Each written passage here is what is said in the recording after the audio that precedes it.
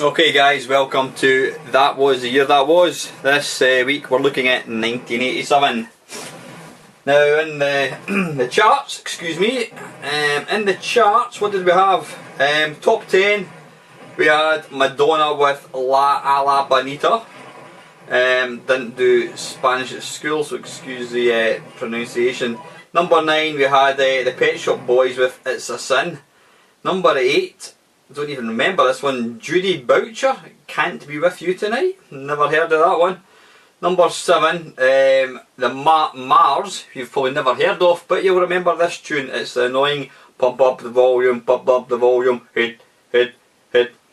Number 6 was Mel and Kim with Respectable.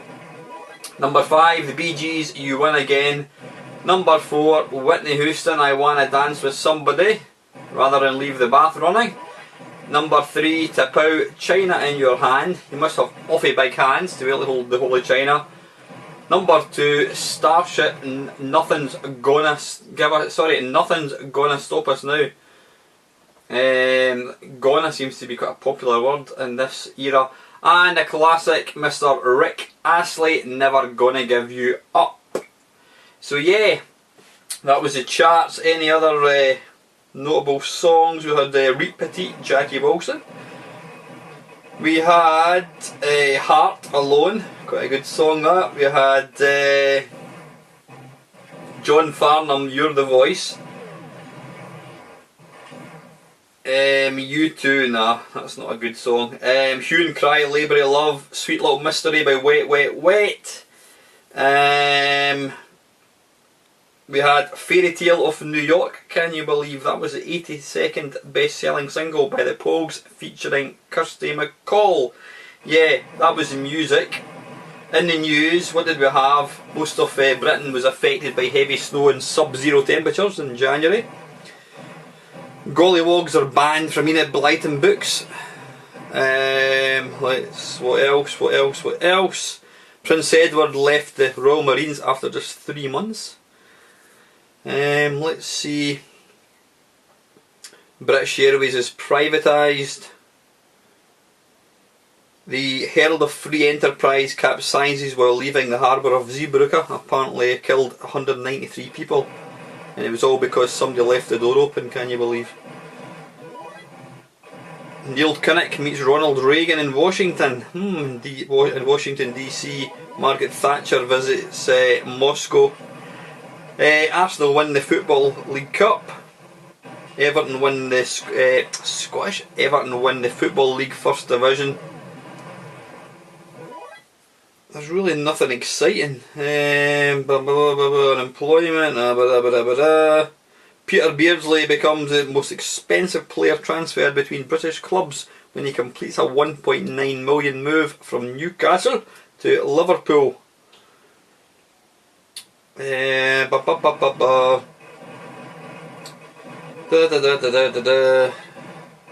Nothing else exciting into September. Bugger all happened in September. October was my birthday, so that was obviously extremely important. £1 million Operation Deep Scan in Loch Ness fails to locate the legendary Loch Ness Monster. I should have just asked a guy coming out the pub and he would be able to get a photograph of it, guaranteed. Nothing else. Oh, yep, the fire at King's Cross in London Underground kills 31 people. Now, this is a true fact. One of my mates at the time is probably the most important, the most famous person linked to the King's Cross. He was actually one of the survivors, and he's probably the face that most people recognise from the King's Cross fire disaster. Peugeot 405 is European Car of the Year. The Channel Tunnel construction is initiated, with completion targeted within 7 years.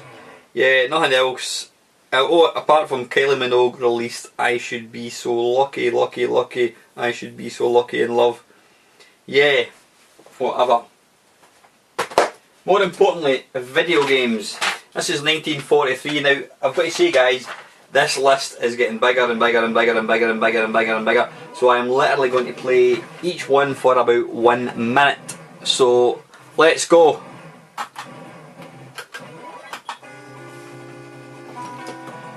Now I think this got a release. This is obviously the sequel to 1942. I'm sure this was released. The only difference between this, apart from nicer graphics, more colour, it didn't have lives. It had one sort of energy bar thing at the bottom.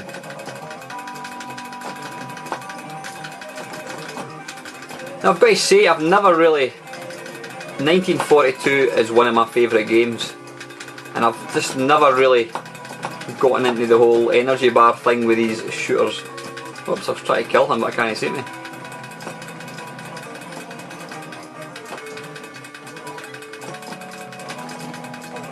Ah, bollocks!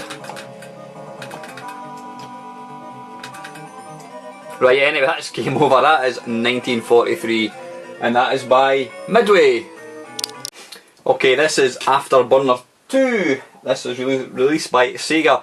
And no, my camera hasn't actually moved. It's for some strange reason, because I've got this fancy looking bezel thing, it's positioned the screen away to the left. So anyway, it's quite a nice one to actually let you see. So let's now wait a minute, is that saying Afterburner? It did say Afterburner 2 in the list.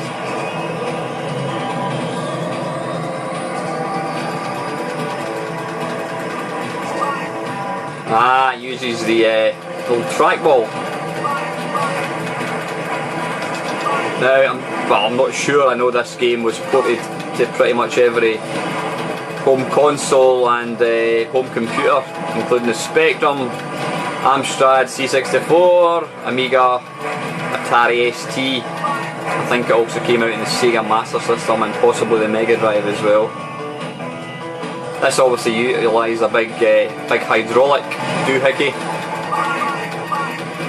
To be fair, it's not the greatest game. It's quite a shallow game, but you know, you were playing it in arcades because it had a huge big hydraulic thing, and you can see there the lights at the top flashing. I think when you get hit or whatever, they flash.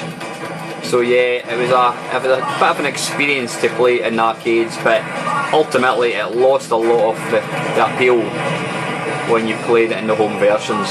So yeah, that is Afterburner. Now it said Afterburner 2, I don't know whether that's the original Afterburner, but I can't be arsed to put another one on, so let's crack on. Okay, this is Alien Syndrome. This was by Sega. Now I did do a Arcade Perfect my arse of this. It's a great game. The time bomb is set. Again, it was ported to pretty much every home system at the time. I'm sure it had a really good version in the Master System. Basically the premise being you're on a spaceship which has been overrun with pieces of chewing gum, and you have to try and destroy said chewing gum and rescue rescue your friends who appear to have fallen down a mini volcano. You do get some rather hideous looking baddies, or end of level guardians. You can see there you've got strawberry chewing gum and you've got apple.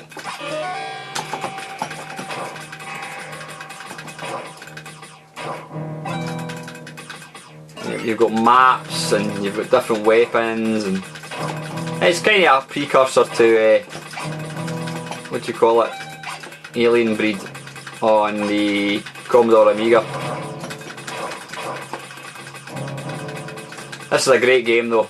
You can have simultaneous two-player action. Oh, hey! And like Ghosts and Goblins, there are some shite weapons. The best one is the laser. There it's there, I think. Yep, that's the one you want, guys. Anyway, I could play this all night. Well, I could if I wasn't crap. That's a good time to end. That is Alien Syndrome. Okay, this is... let's just move up a wee bit. That's it. I was getting zoomed in slightly.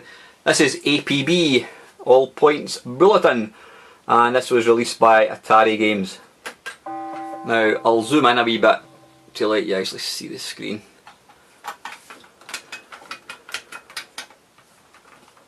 Right, now I haven't a clue how this game operates. Right, it seems to use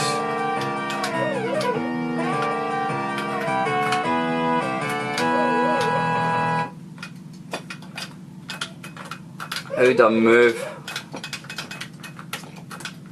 Right. Oh, here we go. We can move. Right. Right, okay. Now, the idea of this game, I think, is to basically arrest...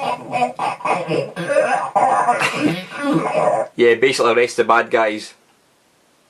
It's got a lot of humour in it, and it uses some great what do you call it? Yeah, it uses some great sound effects. 54, return to station. Too many demerits, you're fired.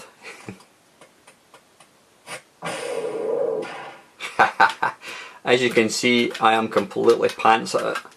Let's go for one more quick little go.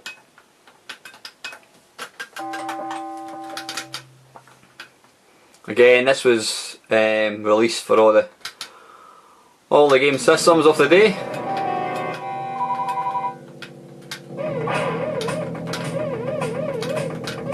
Car 54, return to station.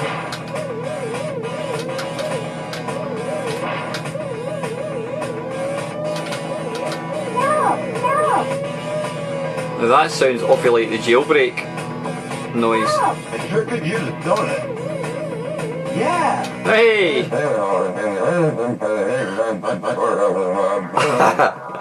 Yeah, the humour in this game's brilliant, it really is. You get to try and arrest a litter bug.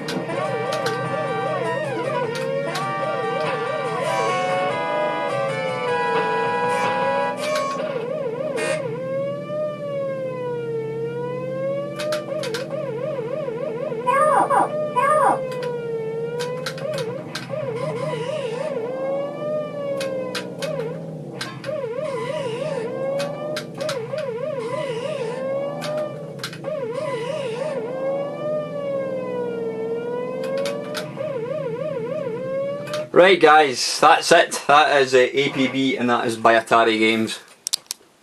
Okay, this is Arkanoid, the follow-up to Arkanoid called Revenge excuse me, of Do.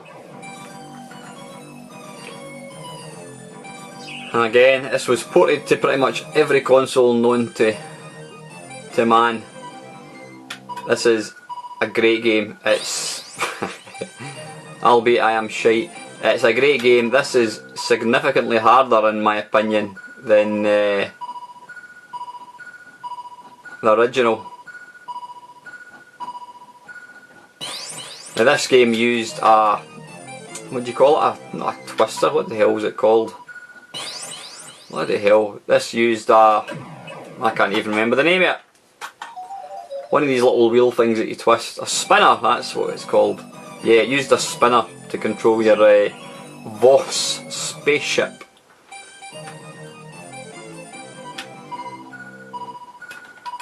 Oh, I mean, it's just so fast. You get these bricks that fall, but you simply haven't got a hope in hell of actually catching them.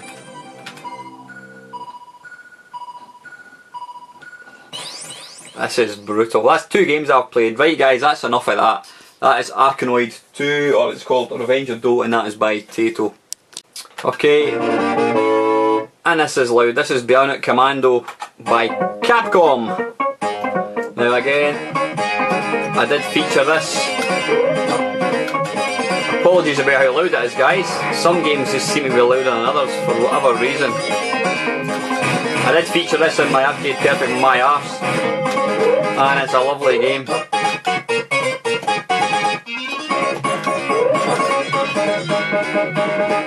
Some good conversions, in fact, I think if I remember rightly, most of the conversions of this game were pretty good.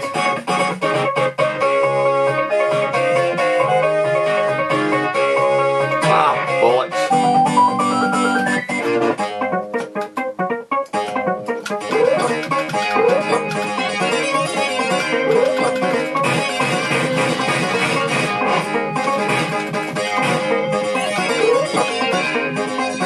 But it's a really good game, this. Classic Capcom. Ah, bollocks.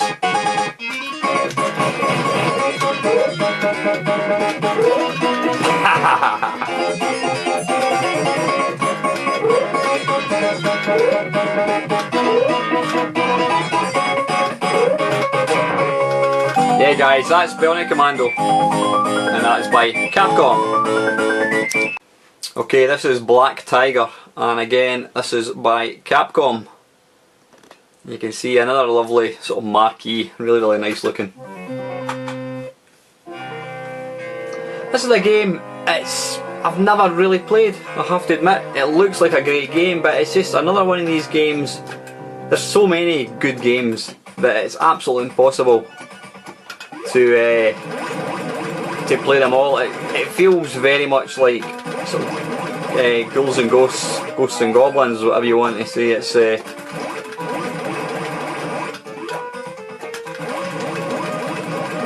again, I'm going to zoom in a wee bit guys so you can actually see the game getting played.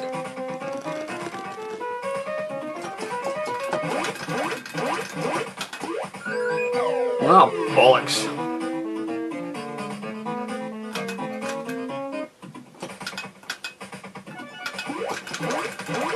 Right, what did I do here? So where did I go up on top of that green thing? Ah, right, there we go.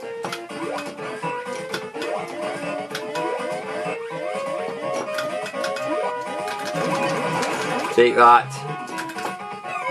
Thank you, I'm in debt to you. Please accept some Zenny coins. Thank you very much, sir.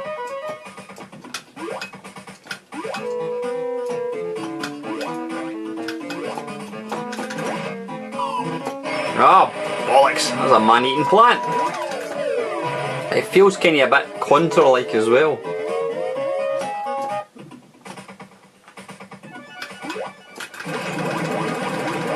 Nice graphics, nice meaty sound effects.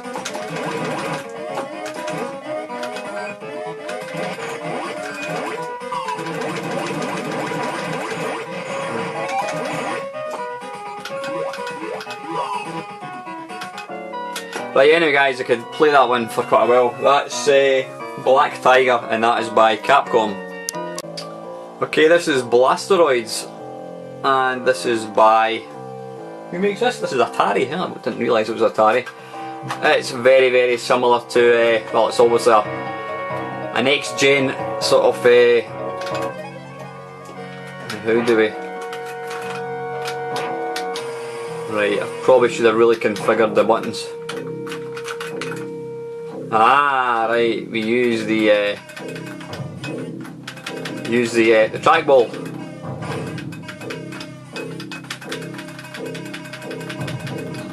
This had some really good ports. I'm sure the Commodore Amiga one was excellent.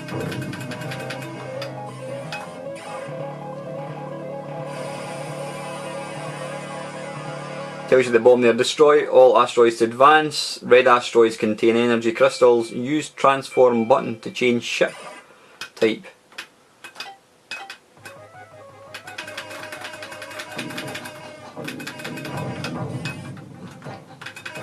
Yeah, it's if you like asteroids then you'll enjoy this. It's even got some end of level guardians no less.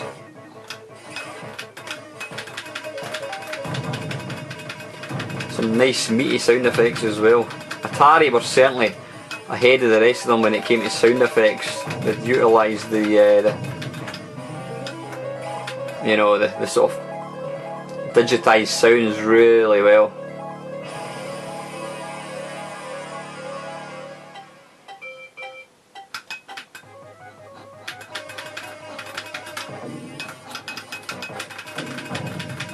I actually need to make a point of playing this game. It handles really nice, and I'm quite a fan of asteroids as well. So yeah, this is excellent, and it's a wee bit more forgiving because it's you know, you've got a power meter thing rather than just a single life. I'll pick that thing up. It looks like I do. Come here. No. Bollocks.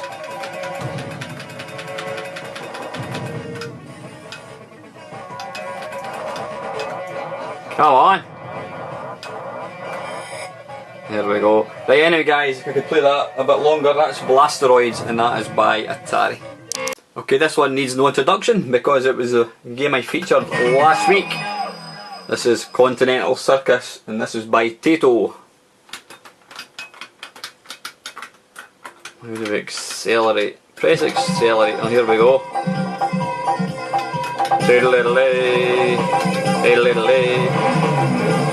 It's extremely loud as well, so I'll just... 30 seconds for the start.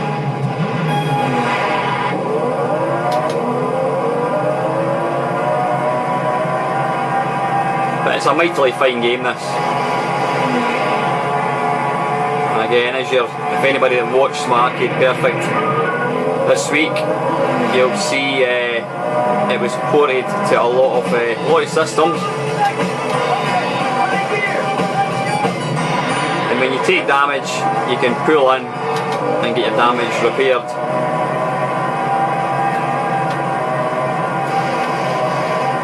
And what made this game quite unique? What the hell was that?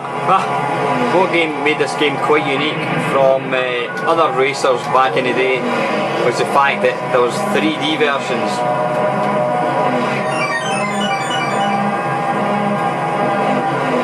And the chance of me getting around there to get fixed is next to nothing. You can see there that would be quite impressive 3D with the big tyre coming towards you.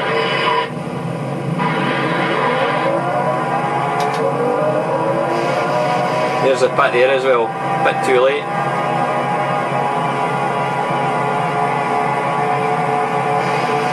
But graphically it's quite an impressive looking race game. Even if my skill doesn't match the graphics. One more time. Kaboom! Right guys, that's Continental Circus and that is by Taito. Okay, this tiny little screen, this is Contra and this is by Konami. That looks like some kind of photo, I think. Yeah, I'm not sure who that's meant to be, or who it is actually. So let's zoom in on the game itself. Now this game really needs no introduction. It's been ported to a lot of different systems. This game was, what do you call it? Yeah, Contra. What else is it known as? Was it Gryzar, I think it was? Ah, bollocks. It's a really good shoot 'em up. I mean, this game kinda, you would say, was a precursor to stuff like Metal Slug.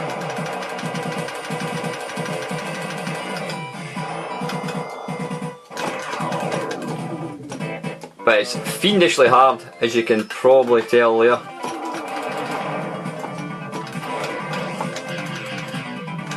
No, I haven't a clue what that is. Is that some kind of... is it bolas or something where you swing 2 balls on a piece of string? I don't know what it is. But this game is stupidly hard. Right, anyway guys, that's enough of that.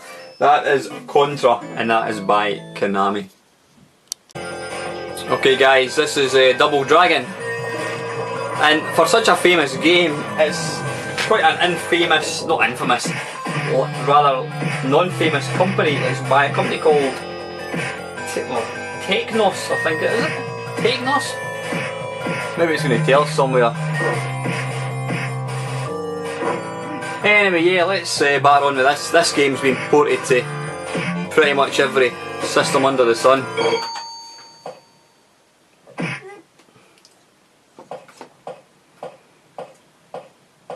And again, this game was, it wasn't the first one I don't think, but it was certainly having the simultaneous 2 players really made a big difference. It's hugely fun being able to play at the same time as your pal.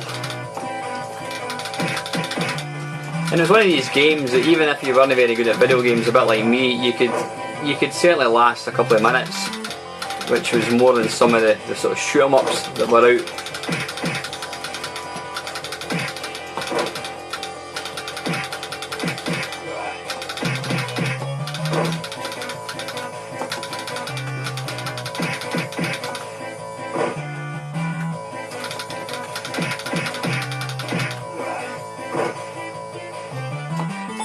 And I think it's the first game to feature the big thumb that tells you to sort of move on. No, I don't know why I went up there because there's absolutely nothing to get. Oh, there's a big guy. Now there's always a bit of slop in this game. I don't know whether I had slop in the arcade game or not, but I've never played an emulated version of it yet. It doesn't seem to slop. But this is a great game. Some of the versions were pretty dodgy in home conversions, but then there were some good ones as well. So anyway guys, that is Double Dragon. Okay, this is Dragon Spirit. And this is by, let me check my list, Namco. Now again, it's a game. Was it ported to home versions? I think it probably was. But there was such a glut of these sort of kind of shoot 'em up type games that a lot of them would just kind of got lost. And yet this is a really good game, but it's bloody difficult. I mean, I'm fairly proficient at these vertical shooters, but it's just so fast. And what happens is you've got to use your bombs to kill these kind of Loch Ness monster type things, and you do get like upgrades, but with me you generally lose them pretty quick. Now I think that egg, that kind of orange egg thing you can see at the top,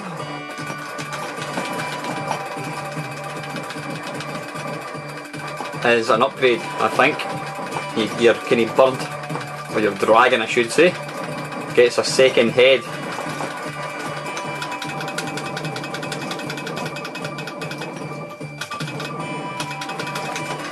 Yeah, you're trying to sort of kill the land-based things whilst.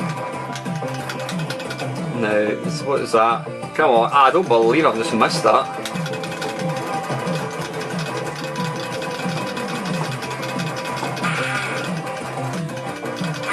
Ah, bloody hell. It is merciless, it really is.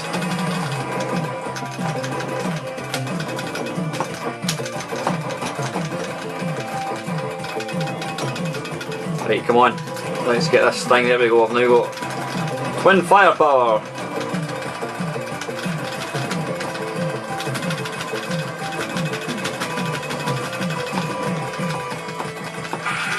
Man, I've just lost it. I find the easiest way is just to hammer both fire buttons.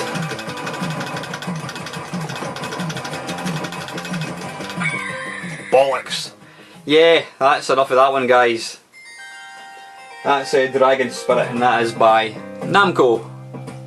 Okay, this is Final Lap. This is by Namco. Now, I was going to say, is this their kind of take? Is this their kind of attempt at pole position? No, the game doesn't seem to want to. Is it starting here? Oh, it is actually. Here we go. Right, I appear to have started in low gear. Whoa!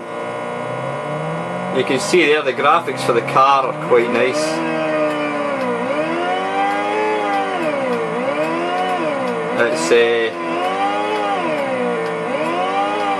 It's not the easiest game to control, I have to say. Yeah, the sprite looks really nice. I'm not sure what's going on with the sort of buzzing sound. Don't know. Now, I don't think this was ported to any home system that I'm aware of. It's obviously a lot more advanced than pole position. I mean, it's got mirrors, the graphics are a lot more detailed, the sprites are more detailed as well. But yeah, apologies about that horrible kind of noise. Oh, I appear to have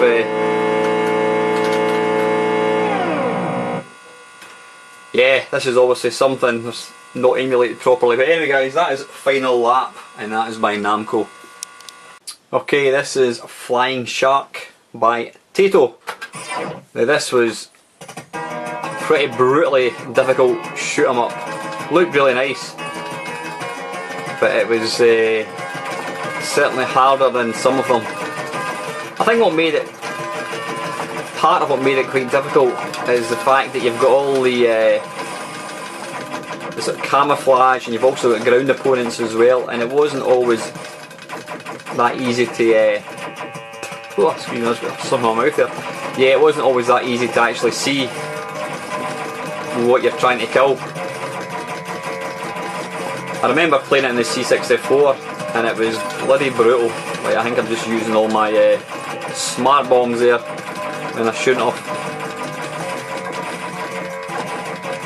But yeah, there was versions came out on certainly the 8-bit machines. I'm not aware of them being out in the 16-bit. Probably was, but I can't say I ever actually played it. Did it come out for the PC Engine? Really not too sure. But yeah, it was, as I said, there was a lot of shooters that came out round about now, and some of them were more forgettable than others, and some of them were excellent, and this was a good one, but bloody difficult. I mean, you can see there the bullets aren't always that easy to see, like so. Yeah. Good game though, but just fiendishly difficult. Yeah, when these tank things are shooting you, it's quite hard, or it's quite easy I should say, to not see the bullet. Now I think you do get power-ups of some sort, that S thing, I'm not quite sure what that gives me. Does that give me a slightly more bullets or something? Not too sure.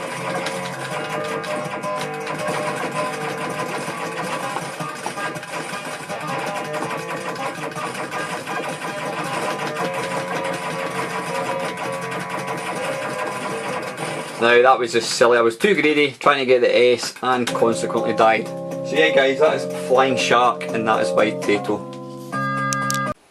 Okay, this is the mightily fine Galaga 1988 or Galaga 88. I don't know why they called it Galaga 88, because it came out in 1987. It's obviously, that's where FIFA got their thing from. You ever notice that FIFA 2015 comes out in the year before? It's always been the same, so I blame Galaga 88 for it myself. And this is a really nice shoot 'em up. It's got an absolutely pixel perfect conversion for the PC Engine. I don't think it was converted to any home computers that I'm aware of, but it's an excellent shoot 'em up. And you can probably tell you've got the option when you start the game to instantly start with two ships joined together, which means you've only got one spare left, but you do have increased firepower. So it's the payoff between a bigger ship but with more firepower, or do you go with the smaller ship with lesser firepower, but you also have, it's a smaller target to hit, and it means you've also got 2 extra lives as opposed to just 1.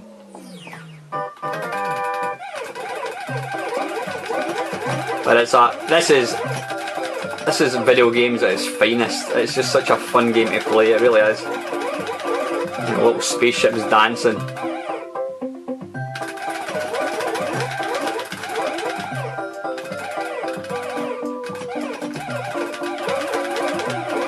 No doubt if you played it quite often you would get to know exactly where these baddies come from.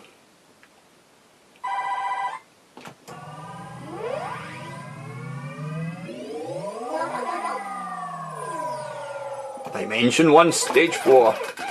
Yeah, and you get little things like that. I don't know quite what that is. Little rocks that sort of you shoot and then it falls in your head. If you've never played this game, you really have to, because it's such a... yeah, it's a tough shoot 'em up, but I mean, you know, you've got fireworks, you've got some cool little aliens like so. I don't know if you pick these things up. You can bugger off, right away. Anyway guys, I could keep playing that one. That is Galaga 88 and that is by Namco. Okay guys, this game is Karnov by Data East. Now it was converted to all the home systems back in the day, but I've got to say I've never played it. It was just, there was a glut of these kind of games, and it wasn't, I don't think this was one of the more popular ones, which is possibly a shame, because it may well be, bloody hell, it may well be a really good game. but there was just so many. The place was, not the place, we were literally overrun with these kind of side-scrolling platform games, you know, Black Tiger and things like that. I think a lot of the success of video games as well was how likeable the sort of characters were, or the characters were I should say. Bloody hell, and this one's fiendishly difficult as well. Dearie me, let's go for one more go. Get the map that leads to the treasure.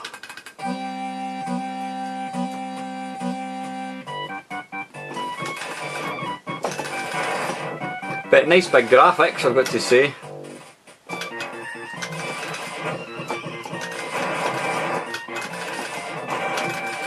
Hey! Yeah, I remember buying this. No, I didn't buy it, I think I got a copy of it actually, if I'm being completely honest, on my Commodore 64, and I think it was crap and I never actually played it. Obviously it's got sort of restart positions, which is quite annoying.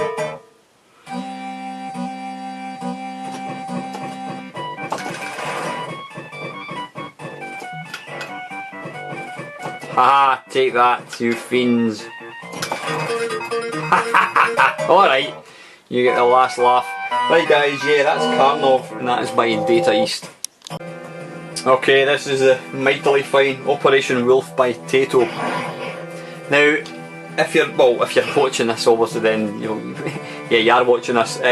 You'll probably notice, you'll think, how come they're running in alphabetical order? Yet it jumps from K to O. Now, as you can probably appreciate guys, there's a million games that come out each year. And what I've got to do to try and get this to some sort of manageable level, I've got to, how do I shoot? Ah, there we go, that's how I shoot. Yeah, to get it to some sort of manageable level, I've obviously got to just pick a selection of games. Now what I actually do is I pick games that I can remember I've actually played, whether it's arcade or whether it's home versions. You know, there's a lot of games out there that I simply don't know, so I tend to try and just stick with games that I've actually heard of, and that's why it's gone from K to O, because there was not really nothing. You know, I can't, if I was going to include every game, this video would literally run to 3-4 hours, and I just haven't got the time, and I'm sure you guys aren't going to want to watch me playing these games for 3-4 hours. This is a great game, some fantastic ports. It was a game that I played in my Arcade Perfect My Arse, some really good versions. It looks like I'm going to die, and I think I have. Yeah. You have sustained a lethal injury. Sorry, but you are finished. Here. Okay guys, that's Operation Wolf, and that is by Tato. Okay, this is Pac-Mania by Namco. Now this was, they basically took the Pac-Man game and they kinda made it 3D. It had some great little cartoon intros. This had some brilliant home ports. The 16-bit ones were excellent, almost really faithful to this. I remember the Commodore 64 one being really good. I'm sure the Amstrad had, was it the Spectrum, or maybe it was the Amstrad and the Spectrum. They had tiny little screens for some strange reason. But yeah, it's basically Pac-Man turning a sort of pseudo 3D type of viewpoint. But what you can also do is press the fire button and it allows you to jump. So you can jump over barriers. What you can't do is jump over walls. But yeah, you can jump over barriers. And you can also change direction in mid-air. Oh, bollocks. Come to Dad.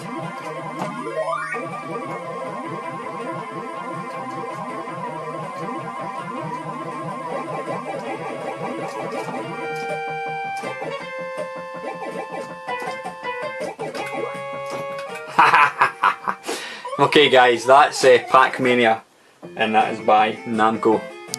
Okay, this is Rainbow Islands, by Taito, I think it is. Is it? Yeah, it is by Taito. Now this game was ported to all the home consoles, and again I think they were all pretty much spot on. I remember the Commodore Amiga one and Atari ST were particularly good. I think the Commodore 64 one was excellent as well. It was ported by, what do you call it? Andrew Braybrook, who made the legendary Paradroid and what do you call it? Uridium for the C64, amongst other games Gribbly's Day Out, Alley Cat, etc. But yeah, absolutely fantastic conversions. Now I've got to say guys, I don't like this game. It's gorgeous looking, really nice little baddies. I don't know whether it's because it's got little cutesy graphics is the reason I don't like it. I was never a fan of Bubble Bobble, and this is supposedly the sort of sequel to Bubble Bobble. So maybe that's the reason. I don't know. I just don't really like the game, but it's certainly held as one of the finest arcade games known to man. I don't know what it is. I can't quite put my finger on what I don't like about it. It might be the wee cutesy graphics. I prefer my things more real, like Ghosts and Goblins with zombies and things like that. And that's why I'm crap, because I've just never really played the game. So yeah, that's Rainbow Islands guys, and that is by Taito. Okay, this is Rastan, and this is by Taito again. And you can see there it's got quite a nice little sort of marquee thing, but let's zoom in on the actual game itself. This was released for all the home computers at the time. I remember the C64 one being pretty rubbish looking, quite kind of expanded sprite central. It was never a game. I remember seeing it at the arcade that I used to go to when I was at college, and Bathgate had this game, but it was never a game that I really played. I don't know quite why.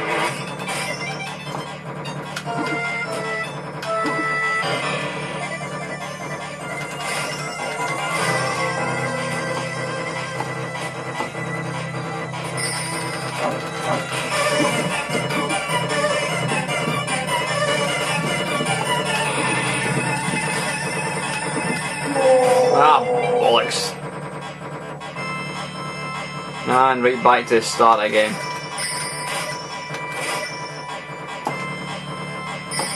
I don't know quite what these do. Do they give you some sort of energy or something? I've got absolutely no idea.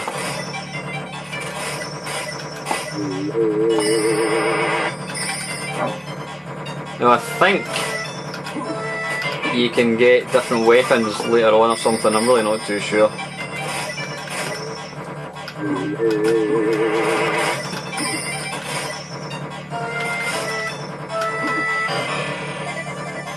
Now this is probably about the longest I've actually ever played this game. Oops, I'm guessing I should have really gone and picked up that thing. Right guys, that is Rastan, and that is by Taito. Okay, this is Road Blasters by Atari. Again, it's one that I've done a mashup, not a mashup, I've done an arcade perfect my arse to this game. Never really got to grips with this game. I'm really not quite sure why, because there's nothing really wrong with it.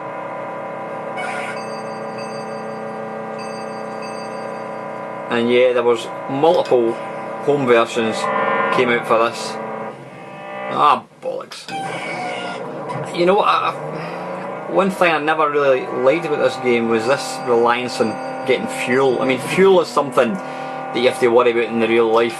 You have to put petrol in your car. I don't want to worry about putting petrol in some futuristic machine, you know what I mean? Let's stick to shooting things or whatever. Yeah, by all means, if I'm going to die, that's fine, but let's not make my game over because I run out of bloody petrol. Seriously. Nice sound. Yeah, I know this game was popular. I said it was ported to pretty much every machine known to man. It wasn't really my bag, I have to say. Did I shoot these? Did I get points for shooting these? I've got no idea.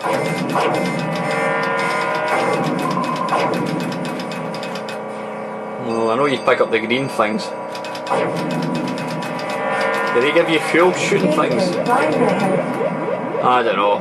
Just tell them I've got a mine, or is that the mine I'm just going past?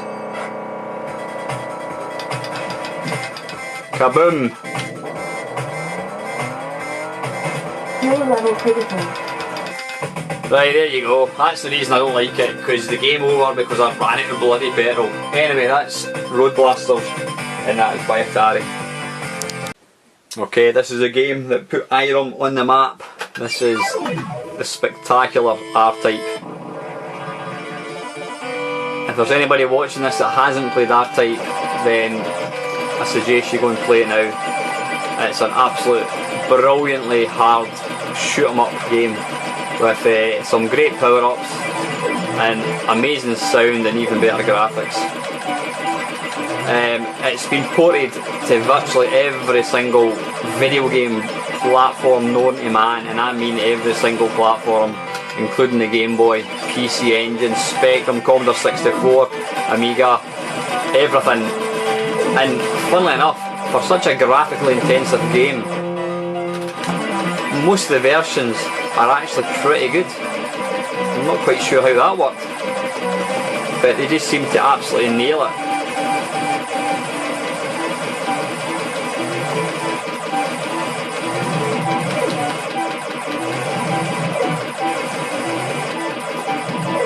Yeah, you've got this little, you know, I actually feel embarrassed talking about this game because, I mean, you know, everybody knows R-Type, but yeah, it's just such a great game with some brilliant extras.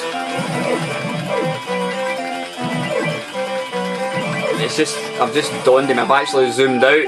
Oh, there we go. Oh, I managed to not die. Let's go and get my little power up thing.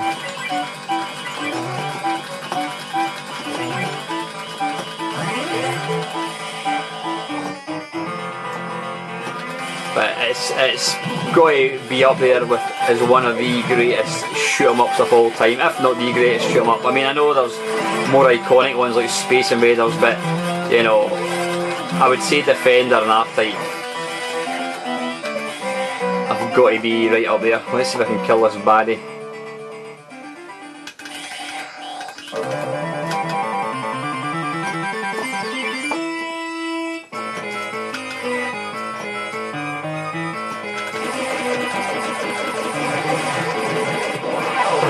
That was absolutely crap. Anyway guys, listen, that is the mighty R-Type, and that is by Irem. Okay, this is Shinobi by Sega. Mission 1. Now this is the Japanese version, I presume I'm playing.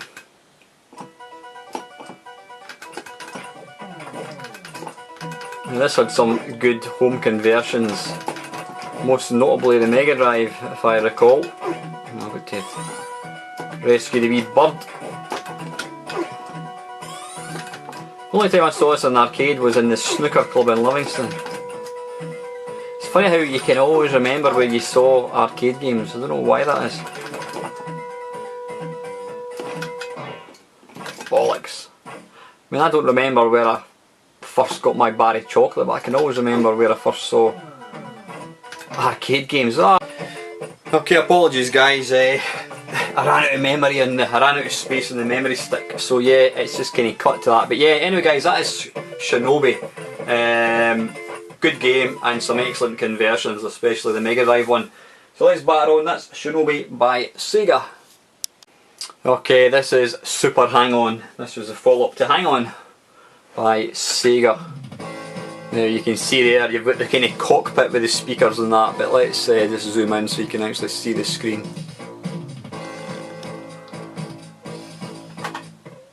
Now this was converted to all the home systems, and I remember, right, I can't seem to turn, so this is going to be, oh I can turn, it's just a wee bit unpredictable. Yeah. The Commodore Amiga and Atari ST had a brilliant version of this. It was really arcade-like, and it also allowed you to use the mouse, which was, you know, considering the arcade one as analog controls, it really made for a sort of quite an authentic experience.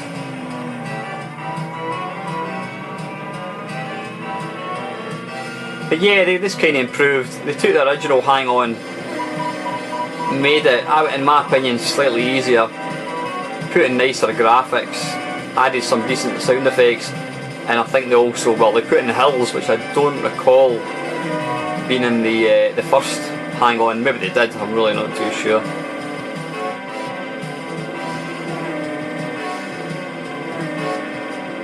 But it's not a bad game actually. If a little tough. So anyway guys, that is Super HangOn, and that was by Sega. Okay, now this game is pretty atrocious. This is Street Fighter. Now it's hard to believe that after making this game they went away, had a think about it, and they came up with the absolutely stunning Street Fighter II. But yeah, this game was just bad in so many ways. It featured, what set it apart was it featured actually pads that you actually punched the pads, and depending on how hard you hit the pads would determine how hard you hit your opponent. It was ported to different home systems, including the Commodore Amiga, and one of my favourite anecdotes was my mate bought it in Edinburgh. We came home, I put it on, he went through to make a cup of tea for us. By the time he came back from making the tea, I'd already completed the game, and he was a bit upset considering the game had cost us like, I don't know, 30 quid or something. I mean, this isn't too bad, but the home versions are absolutely woeful, they really are. Some good kind of sound effects, I've got to say.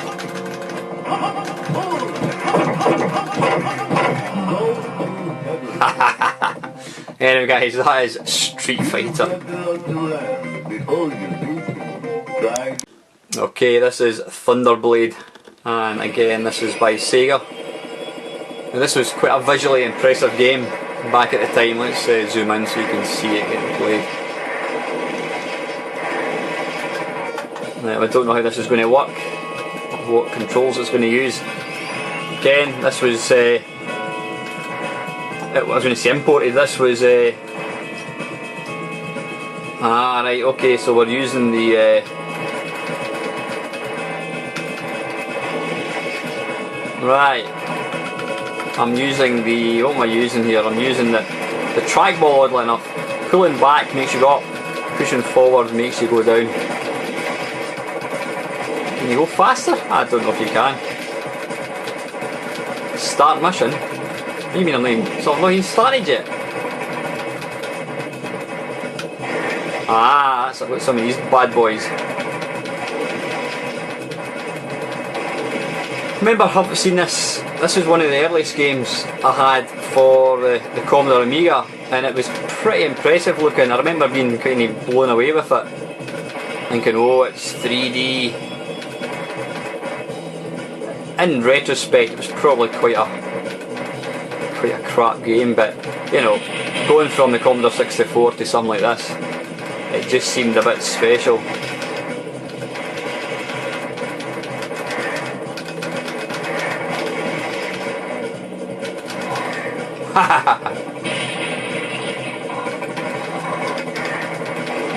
Yeah, this was another classic Sega hydraulic beast. You know, these were really piece de resistance machines in arcades, you know, they just, you could always, there was always a crowd of people watching people playing them. But anyway guys, that is Thunderblade, and that is by Sega. Okay guys, this is Tiger Road, and this is by Capcom. I've already put coins in. Now I know this was converted to all the home systems, but I really don't recall ever playing it, ever. So this is quite literally the first time I have ever played this game. Right, now it looks kinda Golden Axe like, but you can't move up or down. You can just move left to right. Ooh. So it looks kinda more advanced than it actually is, if that makes sense. Can I jump up there? Maybe I can if...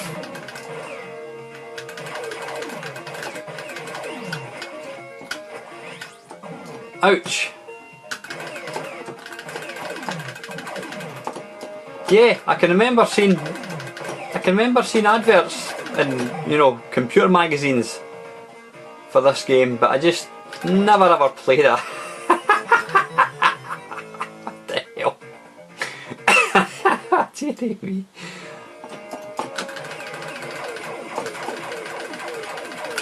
Oh, I got some kind of special move. It doesn't appear like, he's going to crush me, he just throws me aside. He's going to chuck me about. Oh, give me a break. Is that him dead? It looks like it. No, not another one. Dearie me, there's loads of them. He's just tossing me about like a little ragdoll.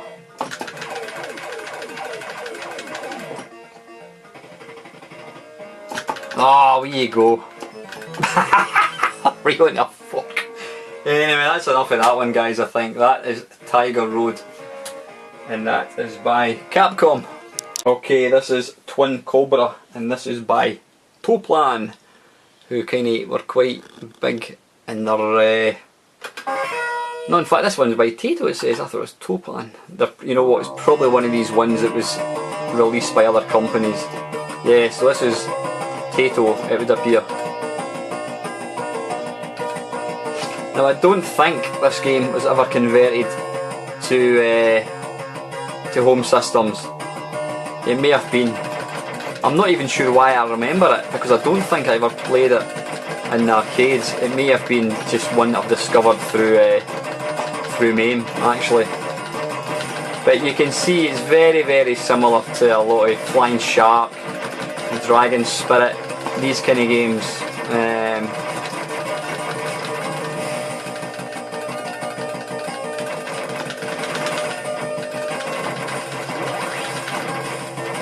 So I'm guessing you have to pick up the stars. Yeah, very similar to Flying Shark.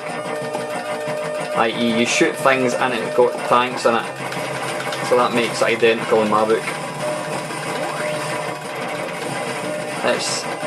Now I'm going to put my foot in here, I'm going to say it's a bit easier than Flying Shark. It's certainly slightly easier to actually see what you're shooting.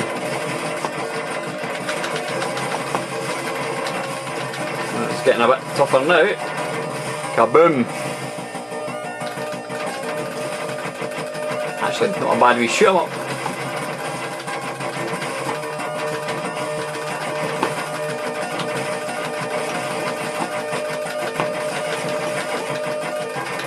Die!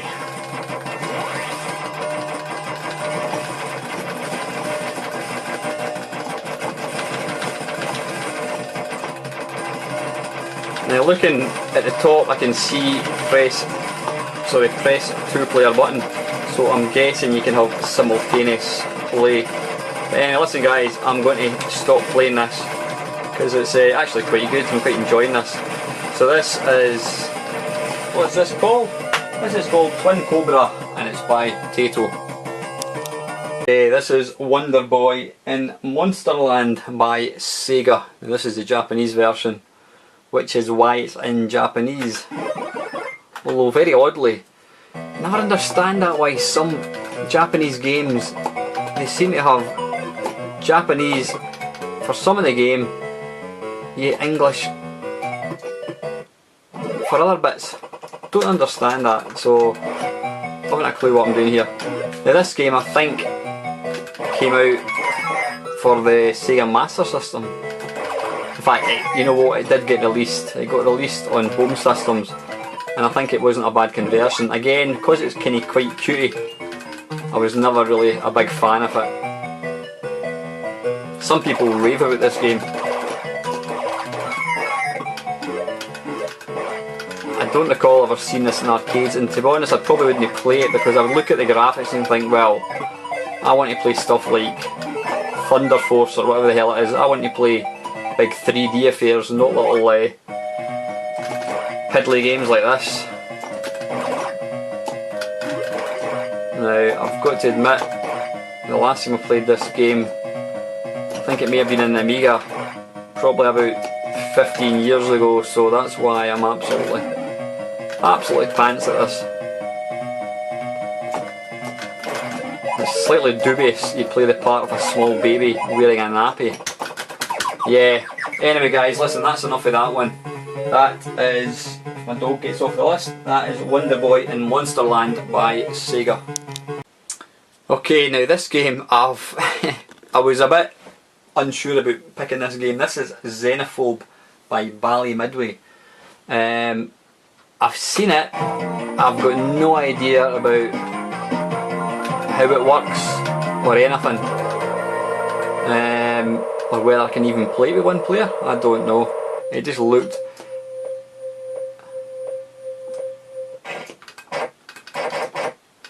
I mean, I don't even know what am I doing here? Now, I think you can probably play with more than one player. I'm really not too sure. Oops, I appear to be getting attacked with some sort of face hugger type thing. No idea what I'm doing. I know it was converted to home systems. That thing seems to be biting my backside. I don't know if my energy is going down or what. I've no idea what I'm actually doing here. It appears that you've got 3 players. I'm playing the left hand player, and you can see with the centre player in yellow, then you've got the right hand player in blue. So I'm guessing you're kind of all playing at the same time or something. I'm not too sure. And I can't seem to get that thing off my backside. Oh, I'm now getting mauled with some sort of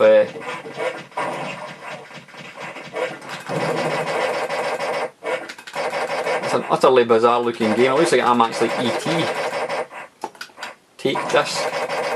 Quite an unusual game for an arcade game, I have to say. I'm getting strangled by the looks of things now. Yeah, it looks like I'm playing as a part of E.T. Anyway, that's enough of that one. I'm not too convinced in that one, guys. That is Xenophobe, and that is by Bally Midway. Whoops, and I've just dropped the camera. Bally Midway.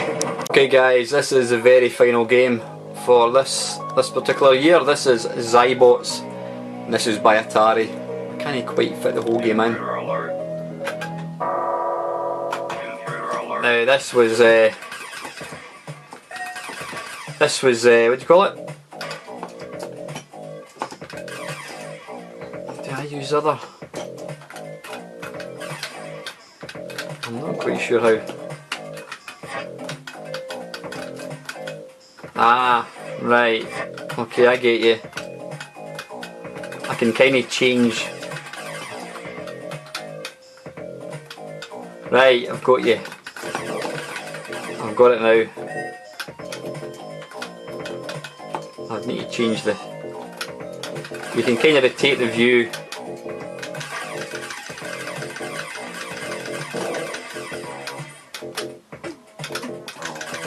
But it's a bit disorientating. Probably if I had the buttons configured properly, it would work better.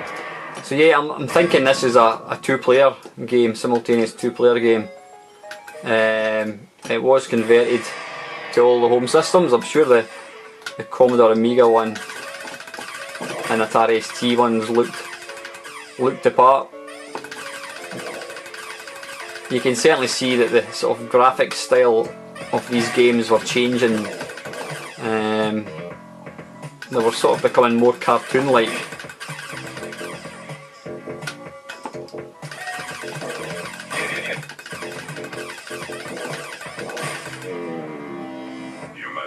Anyway, guys, listen, that is it. That is the very last game. That is that was the year that was, 1987. I hope you've enjoyed watching it. Please feel free to like, comment, and subscribe. And just to finish off, guys, thank you very, very much for watching.